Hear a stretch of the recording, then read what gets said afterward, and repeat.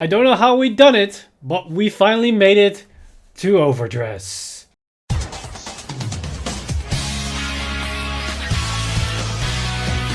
Stand up! Vanguard! Hey Cardfighters, today it's a very exciting day because today is the official launch day of Overdress in the English format. So now we can finally play with these new bad boys. And today we've got a very special video because we're not going to open up just the Dragon Empire starter deck. We also got the Dark Stage 1 with Bruce, but we also got Keter Sanctuary with Bastion.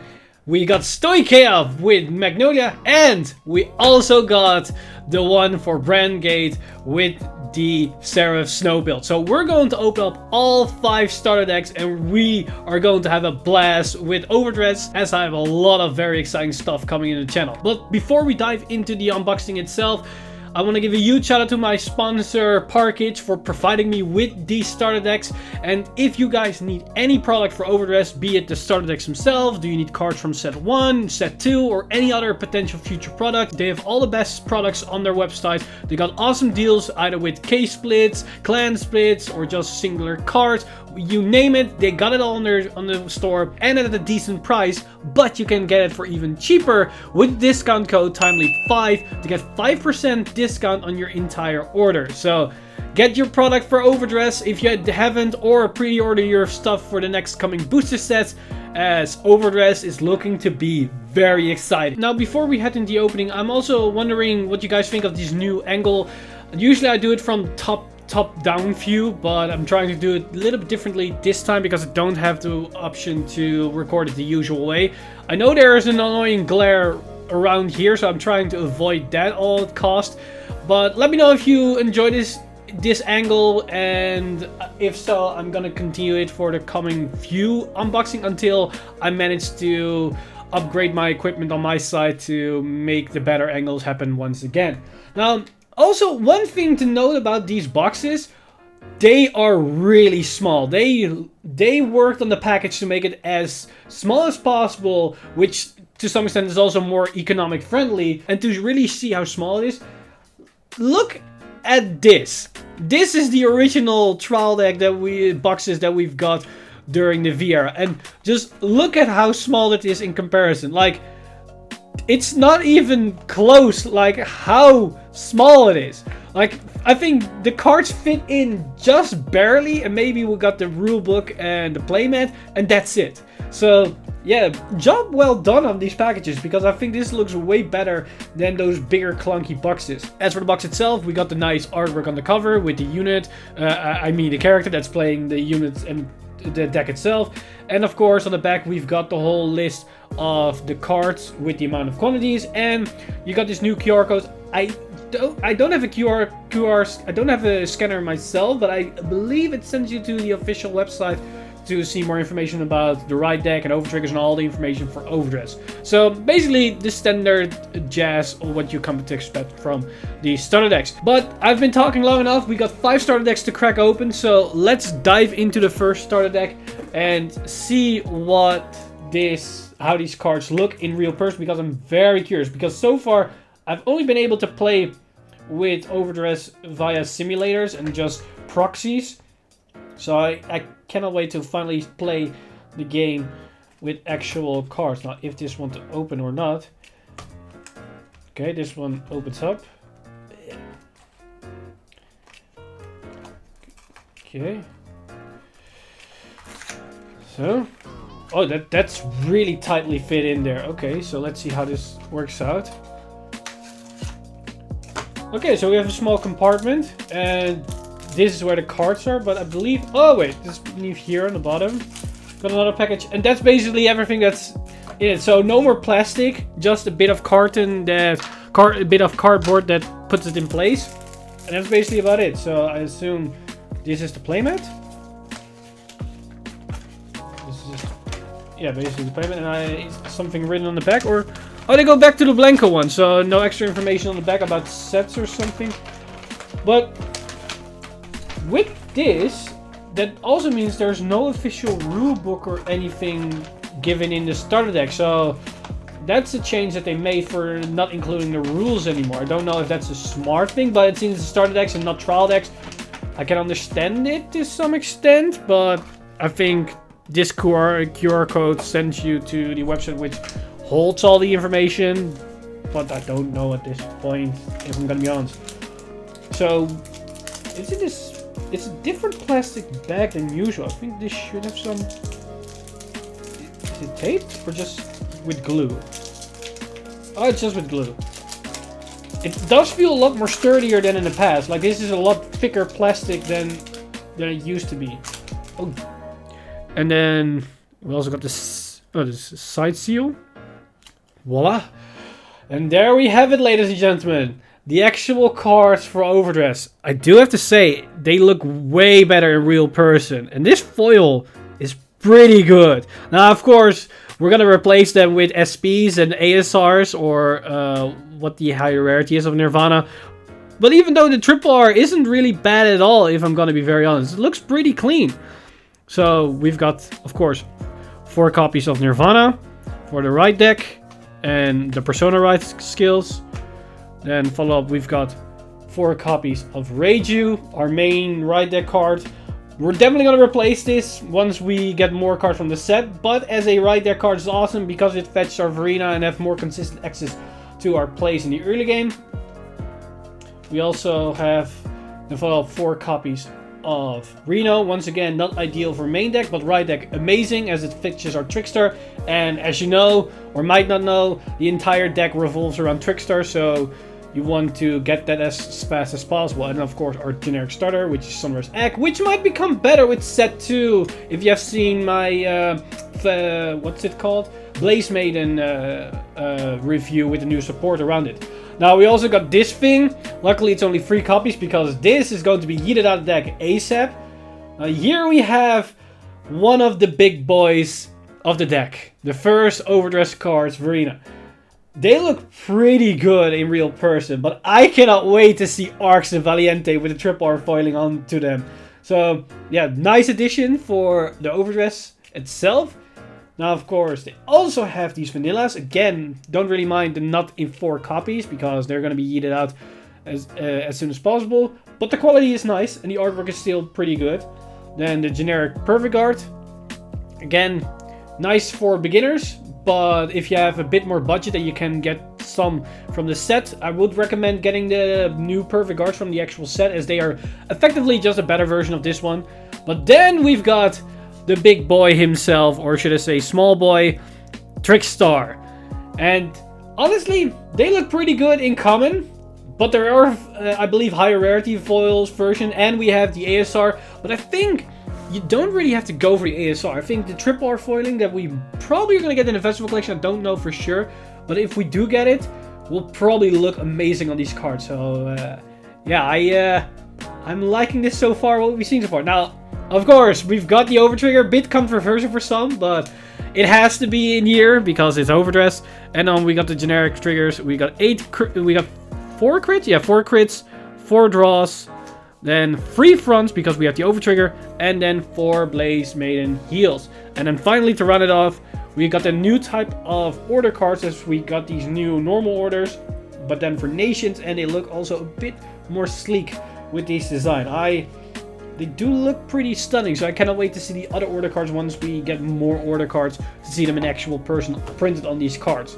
So that basically rounds up the trial deck for Dragon Empire. Like the Verena cards, we got the entire right line, which will be replaced, and of course the new Chakravarti Divine Dragon Nirvana. And the triple R foiling looks pretty sweet. I think this is the same triple R foiling we're gonna get in the set. So if that's going to be the case, I'm very satisfied with that, because this is a very nice triple R pattern. So fingers crossed on that one, guys. Now with that one done, let's move this. So with that one done, that means we're gonna get to the second one, which is of course the Dark States. So here we have the Dark States one, and I already opened it up so we can move this along, because I don't want to make this video any longer than it should be. So once again, we've got the playmat and then the cards. this plastic does feel a bit thicker than the old one, which is great because it means better protection for the cards. But it also means it's a bit more annoying to get it off. Oh, there it is. Okay. So slide it to the left. Okay, so here we have Diabolus Violence Brute. Oh, I didn't even realize how shiny the tech box is as well. That looks actually pretty good because I think in the past the triple R foiling is only on the artwork and not really on the skill box and everything. So that actually looks pretty sick. So yeah, that's pretty nice. So of course we got 4 of Violence Bruce, our main guy that will perform our final rush mechanic, and it basically allows us to be a bit stronger on our final turns, but we need to sacrifice in the early game. But luckily we do have beaters like this that we can still be a bit more aggressive in the mid game. And it's of course our Richard, which allows us to put our starter back into the soul to draw some extra cards. And the reason we have his starter on the field is because of this thing, because Steve allows us to call out the starter. So basically our starters become forerunners, which is kind of an interesting take on the whole thing, with starters being actually not almost vanilla to some extent, because all the starters have the skill, when the unit is rode upon, if you went second you draw a card, otherwise it doesn't really do anything. Also, shout out to Bushy Matt for being an awesome intern and giving us enough reasons to laugh on a daily basis. Then, this is one of my favorite cards in Dark States, and one of the reasons why I like the Bruce deck. Like, Time Fissuring Fist Colossus is a beast, because this thing can be a 28k attacker or 38k during a Persona Ride turn that swings twice, because you can restand it with Bruce, which is pretty good. And of course we also have the vanilla card, which is just going to be replaced very soon, which is a shame because the artwork is pretty nice, although most artworks just like this one looks pretty good with Overdress. A lot of the artwork's a lot better. Now this is a very interesting card because it's not amazing in general, but the extra 5k shield you can generate with it can actually work in certain situations. This could be a tech choice depending on your variant or build for your Dark State variant. It doesn't have to be, I don't think it's Bruce restrictive. No, it's just a generic card, so you could use it in any type of deck. Now this is Bruce restricted, but it's also a very vital card because it allows us to generate a lot of soul, and this also showcases us that we're seeing multiple aesthetics in one archetype. We saw Gear Chronicle cards, this is Pale Moon, we saw Spike Brothers, a bit of Dark Irregular, so we see everything in one build, which is pretty nice as it is nice flavorful. Now of course we got the generic Perfect Guards, which will be replaced very soon, and then we got the it's not really a Cray Elemental, if I'm right. Like, this is... what is it, actually? Is it just... yeah, it's just Elemental. So, new type of Cray Elemental, I would still say it, for the Overtrigger. And, of course, just like the previous one, we have 8 crits... 4 crits, 4 draws, 3 fronts, 4 heals, and, of course, we round it off with 3 copies of Soul Blood, or should I say Blood Soul. And it's a nice engine way to generate a lot of soul. I don't know if it's really that great in Violence Bruce, but definitely playable in Baron Magnus. That build can definitely utilize the Brother's Soul. Bruce probably benefits more from the other order with Crawl You Insect, as you get more value on the board as well. Now with Bruce done, that means we head over to the third starter deck, which is of course the Toya Ebeta variant with Bastion. So once again, I already pre-opened it, so it makes things a bit smoother while we go through with it. So again, a lot of paperwork or cardboard work to do. Hopefully I can find this one a bit faster. Oh, there's a 1 year old. Okay, great. Always satisfying, the crackling sound of plastic or wrappers. So satisfying. Okay, so here we have the new Apex Ruler Bastion. It really looks like glass, which is a nice addition to it. So we got Apex Ruler Bastion, a nice grade 3 boss unit that allows us to restand when we drive to a grade freeze, so we can get more value off our grade freeze. So of course 4 copies. Then from the right line we've got Rooks, which allows us to turn our Great Freeze into draw power if we reveal enough Great Freeze, which at the very least gives us some value in the mid game. And then we've got Ford, which is kind of an underwhelming card because you need to call the top card of your deck, and in my case, if you see my live streams, it's always a heal. I don't know why, it's always a goddamn heal, which is really annoying. And of course we got the generic starter. Then we got this pretty okay Witch grade 3, which allows us to pump it with an extra 5k power for counterblast. It's not a great skill, but for the trial deck it works. It allows you to make really solid numbers as you can become a 20k attacker. And then it can restand for another powerful swing. But keep in mind, the power is only for the battle, so it sadly doesn't stack with Bastion when you restand it. This, however, is a very good card because it gives you Soul, which we definitely gonna use to some extent, but it also gives you plus 10k power for the entire turn. So if we can restand it, it's double the value on this card. But keep in mind, it can only give the power to a grade 3. Then we've got a grade 1 vanilla, which is fine and all. Then we got this interesting Wolf with only 2 copies. This can stack power on itself, and to some extent people have been experimenting in premium because it's somewhat of a Wiseman replacer, as it can stack a lot of power onto it. This also can help with Bastion because you can stack, if you have the Soul and you can pump this bad boy with a lot of power, then you could potentially restand it, as well as the restand isn't grade restricted, it just restands the unit. Then we got this generic Perfect Art. This is kind of a shame because I like this artwork a lot. I think I like this artwork more than the improved Perfect Art, but sadly she has the worst skill, so there's no real reason to actually play it unless you really want to play her for the artwork. Then we get into the trigger situation, so we have the over trigger, of course, 4 crit, not 8. We got 4 draws, then 3 fronts, 4 heals, which is the one that you're always gonna call off a 4th, and then we've got 4 order cards. In this case, the reason why you wanted 4 is not only is this card allows you to give draw power, so that's something you need with all those grade 3s. You want to draw into cards with actual shield value, but on top of it, it's a grade 3.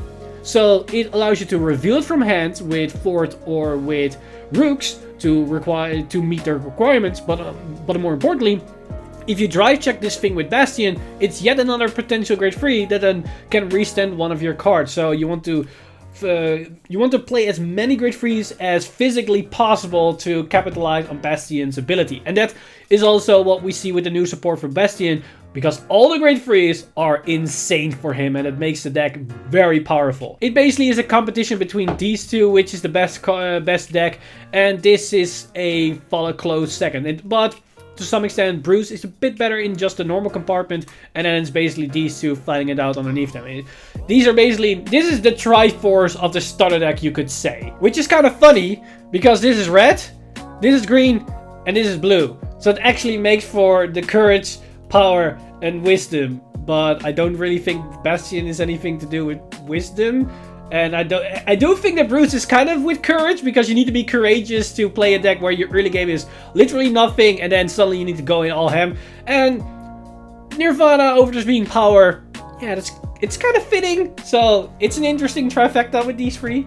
But that said, we still have 2 more to go, because these were the guys, and we still have the gals to go. So we have the Magnolia one. So let's do the Stoicheia starter deck. So Stoicheia, this is a very interesting starter deck because out of the gate, I don't really... Wait, how did I do that? Okay. Apparently you can get the playmat out without getting the cards out. But this is a very awkward starter deck right out of the box, because as you're going to see, a lot of these cards use the same resources, and you miss a solid backup game plan, because you have a win condition, and that's just to Persona Ride and then attack 6 times, but you'd have no way to secure that. You just need to be lucky and draw into your second copy of Magnolia, and I don't really like that because that's not as consistent, and it means a lot of the times you're not playing optimal, because if you're familiar with the skill, you can basically allow you to generate 1 extra attack when he attacks, but if you Persona Ride, your entire back row can potentially attack, thus generating 6 attack in a single turn, which is really powerful. But how high is the chance that you actually Persona Ride with him? That's the issue here, with no way to actually guarantee it.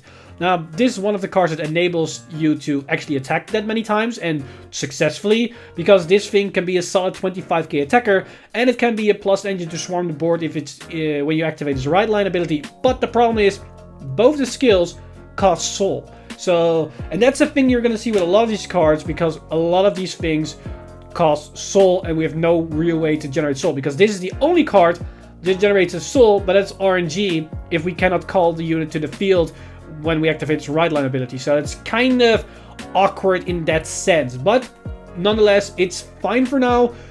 But I hope we get better options for a right line, because I personally would replace these cards as a right line pick to something else that gives more value for the entire game plan. They are really good in your main deck, because they have the secondary effect where if they attack from the back row, they gain a bit more power, thus making your multi-attacks that more threatening. And of course, we got the generic starter.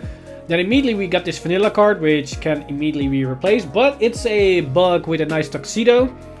Now, then we get this interesting power card, but also awkward, because it can be a 15k attacker, thus hitting on its own without needing to boost, but it requires an entire full field, and if we're up against a clan that just removes our units, that can be awkward, because we might not have the resources to replace the board. Now, we also have this grade 2, which is yet another reason why Soul is an issue, because it costs the Counter Blast and Soul Blast to just turn itself into a 15k booster or attacker. But why would you want to do that if we can attack with every unit? So the boost value is kind of marginal on this card. And just to gain a 5k power for Counter Blast Soul Blast, I don't really like it, and will probably be one of the fastest cards to be replaced besides the vanilla card. But in this situation, maybe the vanilla card is just better because it just doesn't have the skill. But that doesn't make any sense if you think about it. Now, this grade 1 is actually really good, because it generates card value, but the fact that it costs 2 Soul Blast is kind of awkward in the fact that we don't generate Soul, and we have the grade 2 that wants a Soul Blast to gain a lot of power to make our multi-attack actually mean anything. So, as you can see, we have Soul Blast skill, and the right line also Soul Blast skill, but no way to generate Soul. So, it's your resource gain is really limited, and you need to make a choice which type of skill you actually want to activate that game. And then we got, of course, the generic Perfect Guards, and then we enter the trigger line, of which, of course, the Over Trigger, 4 crits, 4 draws, 3 fronts, and then 4 heals in archetype. And then finally, we have 2 Blitz orders. These are normal orders, these are Blitz order, and these are basically 15k extra shield, but they can also be 5k if we only have 1 back row rearguard unit. So it's a bit more flexible than most of these 15k Blitz orders that we got in the main set, as they are either 15k or nothing. These are either nothing, 5k, or 15k, so a bit more flexible than most, which is a nice addition. But as you can see, this deck needs a lot of work. We have some ways, we have a basic foundation of a game plan with Magnolia and the back row attackers, but we have no real way to capitalize on it, and with Soul being a constraint on our plays, it can sometimes be a bit limited in what we try to do. Now, that said, we have 4 starter decks done, we have only 1 more to go, which is of course Tomari Seto's Brandt Gate starter deck. So here we have the Brandt Gate one, and this is a very interesting one, as you're going to see in a second. You're probably already aware with it, but this starter deck introduced a brand new type of mechanic, as well as a brand new type of order card, because we're going to see a thing called set orders. And it's basically our thing as continuous spell that you have a Yu-Gi-Oh! Or to some extent field spell. It depends on your interpretation of the ability, but let's first go to that one first, because we have 2 copies at the back. So these are basically cards we place onto the field, and they stay onto the field in our order zone, which is in the left top corner. And what this basically allows us to have is a prison, and we can put our opponent's units into the prison, and it's somewhat of a pseudo bind, and they can then pay certain resources to get them out. So either 1 soul to get 1 unit out, or 1 counterblast to gain 2 units out if they're in prison. It's an interesting way to control the field, but it's also kind of an issue in some extent that it can backfire onto you if the camera wants to focus a little bit. Want to focus? Okay. Because they can reactivate on place effects, because they still be on place from the field again. So you need to be careful when utilizing this ability and know when and what to imprison and what to not imprison. So we got these prison monkeys here. And then, of course, we got the main unit itself. We got Seraph Snow, Aurora Battle Princess Seraph Snow, which I believe the original name was Seraph White, I think. But they decided to translate it to Snow in this particular, for the English version. And it's an interesting boss unit. I don't think it's the most powerful one, but it gets the job done for now. But I think the limitation of this card is already foreseeable with how much value you're going to get out of it. But who knows, we might get future support that completely breaks the whole thing open and she becomes a powerhouse to be reckoned with. But only time can tell in this particular situation. Now we got the grade 2 of the right line, which is kind of okay. Like, you can bind something from your opponent's hand. But again, they can just bind a grade 3 or a unit that they want to place on the field because of a place effect, and you didn't really do anything besides wasting one soul, or maybe a counterblast if you bind something else in the early game. So you need to be careful with that one, as you can potentially help your opponent setting up. Now this is a very important card, because this is a card that secures your prison card every single game, because if you write her, you can search the prison for your deck and immediately set up. So she's basically a mandatory card in your right deck, because if you don't get the prison, your entire prison mechanic is offline until you get the prison onto your field. So she's very important for this playstyle, and probably will be a staple for a long while. Now, of course, we also got the generic starter. Then we got this interesting unhit unit that allows us to imprison 2 cards, but as seen as just an unhit on 13k and needs to hit the Vanguard. It's kind of limited because your opponent can easily just block it, and you won't really generate a lot of good numbers with this guy, so it's kind of awkward and probably be replaced very soon. This is also a card that's interesting, but will be replaced as well. It's basically a card that's on play. Soldiers want to imprison something. It's nice to fulfill the condition because you want to have 3 imprison, and she can imprison 2 for a counterblast. So if you use her ability and then him, you have 3 imprison, and she gains the extra drive check, so you have her at full power. But we're going to have more cards that use Soul Blast 1 to imprison 1, but also gain extra value on top of it. Yes, this card can hit the back row, and those other cards can only hit the front row, but you have her to just hit the back row and then use the other cards to hit the front row. So it's a nice card for out of the box right now, but will once again be replaced just like this grade 3 as well. Also, a card that will immediately be replaced is this thing, because it's just a vanilla, which is kind of a shame. Now, we also have this guy. This is kind of interesting because you might or might not want to play this, because the interesting part is that it is a 10k booster, which is nice, but it's also a 10k shield. So depending on the scenario, you can either use it as a solid shield unit, or you can place it on the field to actually make magic numbers, because boosting together is a 33 column, which is pretty decent, especially with the triple drive on top of it. Now, to round up everything up, we also got the perfect guards, which are kind of generic, and then we got the trigger line, which is of course the over trigger. We got the 4 crits, 4 draws, then 3 fronts, as well as the 4 heals.